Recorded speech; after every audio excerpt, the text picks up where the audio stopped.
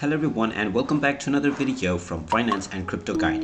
In this video, I'm going to show you how to log into your account on the Tower Hamlets Council Tax. So let's get started right away. First of all, open up your web browser and then in the address bar type in towerhamlets.gov.uk and press enter. You will then be taken into the official Tower Hamlets website. Now from the homepage, scroll a little bit down and you will see the Council Tax section. Click on Manage Your Account underneath and this will take you to your account section.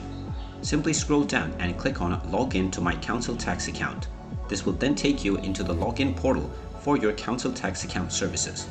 Now within the User ID section, type in your user ID that you have set up while creating your account and then type in your account password within the password box. You can then click on the login button and you will be logged into your Tower Hamlets Council Tax account right away. In case you have forgotten your user ID or password, you can click on Forgot Your User ID or the Forgot Your Password button in order to reset these credentials. And there you have it. That is how easy it is to log into your Council Tax account on Tower Hamlet. If you find this video helpful, make sure you hit that like button and subscribe to our channel if you haven't done so already. Also ring that notification bell to never miss another update from us.